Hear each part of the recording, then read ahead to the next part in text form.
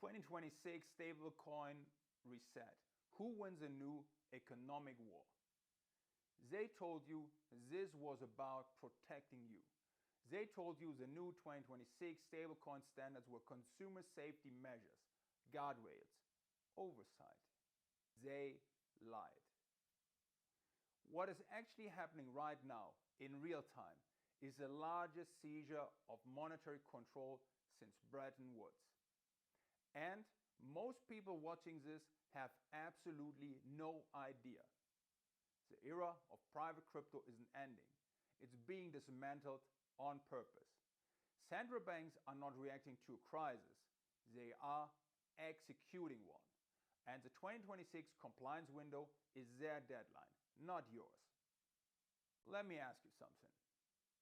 When you think about regulation, what do you picture? A bureaucrat, a slow-moving committee, something that takes decades to matter? That's a story they want you to believe. Because while you're picturing the bureaucrat, the US Treasury, the ECB and the People's Bank of China have already aligned on a framework that will permanently restructure who controls the velocity of money on this planet. Not who earns it, not who spends it. Who controls how fast it moves and between whom. That is the real battlefield. And the 2026 stablecoin standards are not a rule book. They are a weapon. Here's a question nobody in mainstream finance is asking. Why now? The stablecoin market has existed for over a decade. USDT launched in 2014, USDC launched in 2018. The combined stablecoin market cap peaked at 180 billion in early 2022 and has since climbed past 320 billion as of 2026. For years, regulators barely flinched. They watched Terra Luna collapse and called it a warning. They watched FTX implode and called it a scandal. They watched billions evaporate in algorithm failures and called for hearings. But they did not act. Not because they couldn't, because the market was still small enough to contain. Then something shifted. By late 2024, raw stablecoin transaction volume had surpassed Visa's annual settlement figures. So analysts note that the majority of that volume was automated bot activity, not human transactions. Even on adjusted measures, the scale was undeniable. Read that again.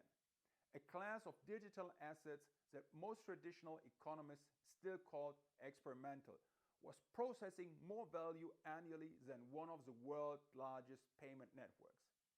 That is not a niche market. That is a parallel financial system. And parallel financial systems, ones that operate outside sovereign ledgers, are not a regulatory problem. They are an existential one. So why is it the US, EU and G20 suddenly converge simultaneously on a coordinated standards framework with a hard January 2026 compliance date? The answer isn't volatility. The answer isn't consumer risk. The answer is velocity. Private stablecoins solved something governments couldn't. Frictionless cross-border capital movement outside sovereign ledgers. That wasn't a bug, it was the threat. When money moves without permission, power moves with it. To understand what's happening, you need to understand one concept: monetary velocity. Not the money supply, not inflation. Velocity, how fast a unit of currency changes hands inside an economy. Central banks have always controlled the supply of money, but private stablecoins introduced something they had never faced before: a parallel settlement layer they couldn't see, couldn't slow, and couldn't tax. Think about what that actually means. A factory owner in Lagos can convert Naira to USDC, move it to a wallet in Dubai, convert to dirhams, and settle a trade all before a correspondent bank in London has even opened. The transaction is settled, the capital moved. No SWIFT code, no clearinghouse, no sovereign oversight. SWIFT isn't slow because of old technology. It's slow because governments need the delay. That delay is where fiscal policy lives. That delay is where sanctions enforcement lives. That delay is where capital controls live. Private stablecoins didn't just compete with banks. They erased the friction that governments depend on to govern. And here is what that friction actually does. When capital moves through traditional correspondent banking, it passes through at least 2 clearing intermediaries, sometimes 5. Each one is a checkpoint. Each one is a point where government can freeze, flag, delay, or redirect. That's not inefficiency, that's infrastructure. Sanctions enforcement depends on it. Counterterrorism financing depends on it. Tax treaty compliance depends on it. Capital flight controls in emerging markets depend on it as well. Private stablecoins eliminated every single one of those checkpoints, not deliberately, not as an act of defiance, just as a feature. And governments don't react to that slowly. They react to that with a coordinated multi-year regulatory offensive disguised as consumer protection, which is exactly what the 2026 standards are. Now let's get specific, because this is where the policy becomes predatory. The new framework introduces what regulators call a Tier 1 only reserve mandate. In plain language, any stablecoin issuer operating in a compliant jurisdiction must back every token in circulation with Tier 1 liquid assets only. What qualifies as Tier 1? Government bonds, central bank reserves, sovereign-backed instruments. What does not qualify? Corporate commercial paper, money market funds, tokenized commodities, any algorithmic backing mechanism. Let that sit for a moment. At current stablecoin market scale, full Tier 1 compliance means issuers must collectively purchase hundreds of billions, potentially trillions, in government debt. That is not a coincidence.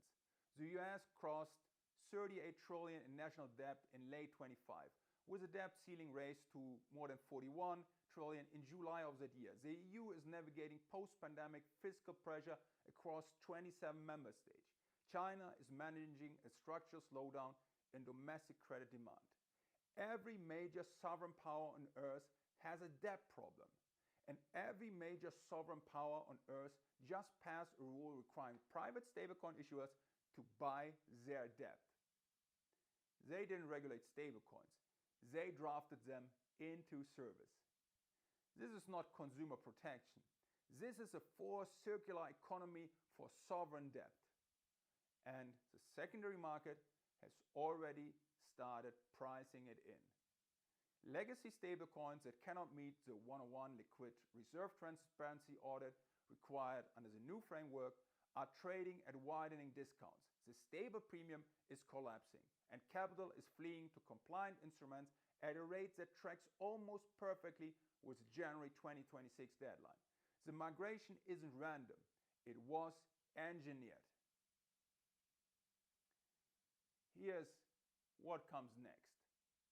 And this is a part that almost nobody is talking about. The 26 standards are not globally unified. They are regionally fractured on purpose. The Euro area framework operating under MiCA 2 and the US dollar framework built around the Fed compliant digital instruments are architecturally incompatible. Not accidentally. The reserve structures are different. The audit requirements are different. The cross-border interoperability protocols are different. What you are watching being constructed in real time is a financial iron curtain, not between East and West, the way the Cold War drew it, but between digital currency blocks.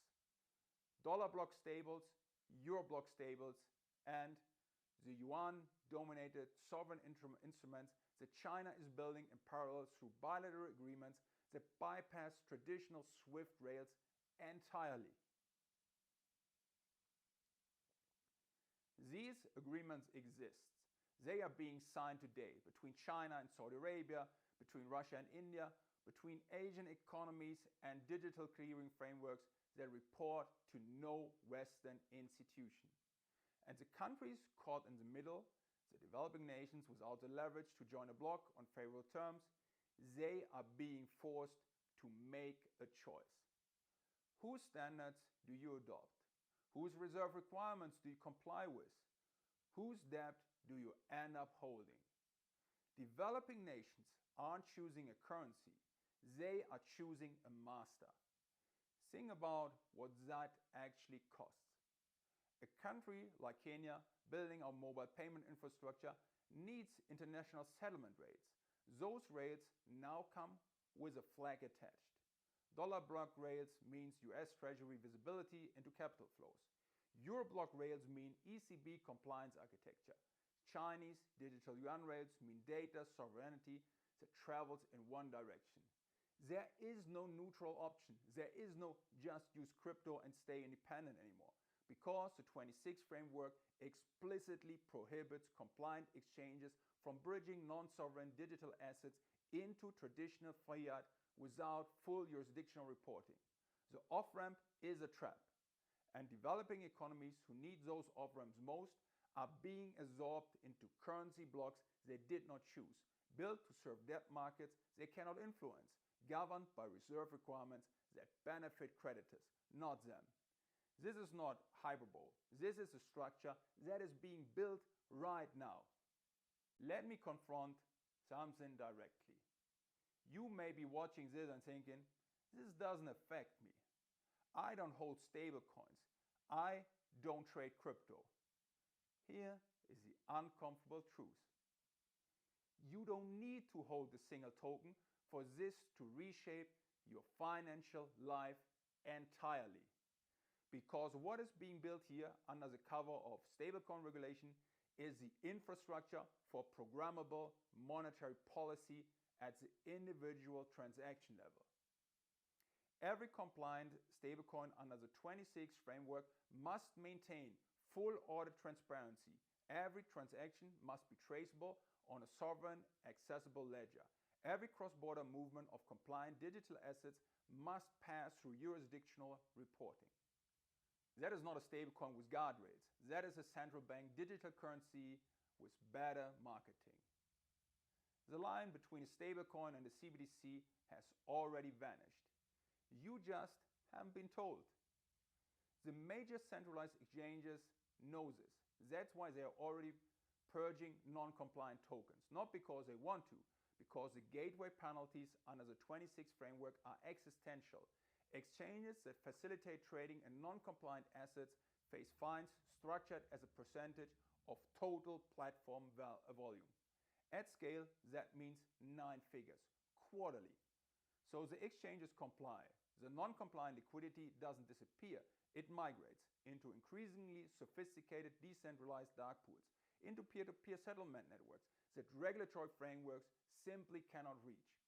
And what you get is a bifurcated monetary system, a compliant layer, fully visible, fully taxable, programmable, and a shadow layer, where the people who understood this early enough moved their capital. The question is, which layer are you on? And here's the uncomfortable reality about that shadow layer. It's not a safe harbor. Dark pool liquidity is illiquid by nature. Peer-to-peer settlement carries counterparty risk that centralized exchanges absorb. And as compliant volumes migrate away from decentralized infrastructure, the shadow layer becomes thinner, more volatile, harder to exit. The people who build positions expecting decentralized finance to absorb displaced capital are discovering that displaced capital doesn't automatically create debts. It creates volatility. What the 26 framework engineered is not just a two-tier system, it's a pressure valve. The compliant layer grows more liquid, more accessible, more convenient over time. The shadow layer becomes progressively more hostile to ordinary users, until the choice, for most people, isn't ideological, it's practical. The compliant layer wins not because it's better, because it's the only one left that you can actually use. Many people will resist what I'm about to say because it requires accepting that the institutions we are told exist to protect competition are actually engineering its elimination. The new framework is not killing private stablecoins because they are dangerous.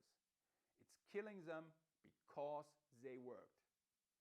They moved money faster. They settled trades cheaper. They crossed borders without asking permission.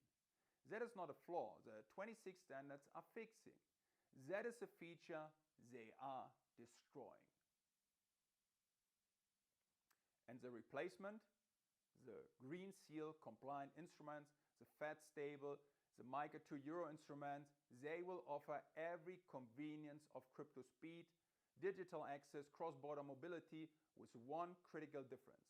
Every transaction will be programmable by the issuer, meaning the sovereign. Let me explain what programmable means in practice. A programmable currency can have an expiry date built in the code. Stimulus payments that must be spent within 90 days or disappear. Benefits that can only be used at approved vendors. Capital that cannot leave a designated geographic zone. This is not speculation. The digital Yuan pilot in Shenzhen already tested expiring tokens. The ECB digital euro consultation papers include conditional programmability as a design feature. Cross-border programmable tax collection is not a conspiracy theory. It is a documented feature of at least 3 proposed CBDC frameworks currently in development. The IMF has published white papers on it. The BIS has modeled it. The language is already in the architecture. A currency that can be programmed can be turned off for you specifically. And that is not a stable store of value. That is a financial leash. And the 26 stablecoin standards are the mechanism by which that leash gets attached. So where does it leave you? If you hold legacy stablecoins without a 26 green seal, the discount risk is real and compounding. If you hold assets on centralized exchanges, understand that those exchanges are now regulatory extensions of sovereign frameworks. If you believe decentralized alternatives are safe because they are outside the framework, that may be true today. The question is what outside the framework cost you in 3 years when the next phase activates. Here's a checklist, not as a solution, but as a map. 1. Know what backs your stable assets, Tier 1 compliant or not. The answer changes your risk profile immediately. 2. Understand which jurisdiction's framework you're operating inside, dollar block, euro block, or neither. That determines what happens to your liquidity in the next regulatory tightening cycle. 3. Watch the exchange delisting patterns. The assets being quietly removed are the early warning signal for what the next compliance wave targets. 4. Separate decentralized from safe. Decentralized dark pools carry liquidity risk that compliance assets don't. Neither is free. 5. Follow the bilateral trade agreements where sovereign nations are building ledger-settled trade outside SWIFT. That is where monetary power is actually migrating. None of this is inevitable, but none of this is accidental either. There's a version of this story where digital assets genuinely transform the global economy, where a small business in Nairobi settled invoices in Sao Paulo without a bank, where a migrant worker in Dubai sent money home to Manila in seconds, not days, for cents, not dollars. That version existed. It was real. It worked. And it's being systematically dismantled, not because it failed, but because it succeeded in ways that sovereigns could not control. The 26 stablecoin standards are not the end of the story.